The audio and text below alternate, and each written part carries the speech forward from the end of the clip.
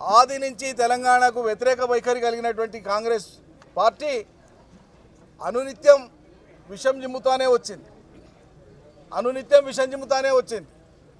వాళ్ళ కాలంలో అదే గోదావరి నది మీద వాళ్ళు తలపెట్టినటువంటి ప్రాణహిత చేవేళ్ల పథకాన్ని రూపకల్పన చేసినప్పటికీ నీళ్లు లేని చోట ప్రాజెక్టులు కట్టి అసలు పనులు జరగాల్సిన కాడ పనే మొదలు పెట్టకుండా, పనులు జరగాల్సిన కాడ అనుమతులు సాధించకుండా, అంతర్రాష్ట్ర అనుమతులు సాధించకుండా, కేంద్ర జలసంఘం అనుమతులు సాధించకుండా తెలంగాణ సమాజాన్ని నమ్మించడానికి ఒక కుట్రపూరితంగా ఆనాడు ప్రాణహిత చేవేళ్ల అనేటువంటి ఆచరణకు సాధ్యం కానటువంటి ఒక ప్రాజెక్టును తెర మీద తీసుకొని వచ్చినారు.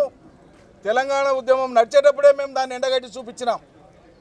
కేవలం 16 టీఎంసీల సామర్థ్యం కలిగినటువంటి ఈ మొత్తం ప్రాజెక్టు తెలంగాణ, ఉత్తర తెలంగాణ రైతన్నల యొక్క ఆకాంక్షలు ఎట్లా తీరుస్తుంది, తాగునీరు ఎట్లా వస్తుందని అనేక రకాలుగా అది ఎట్లా సాధ్యం కాదో చెప్పినాం.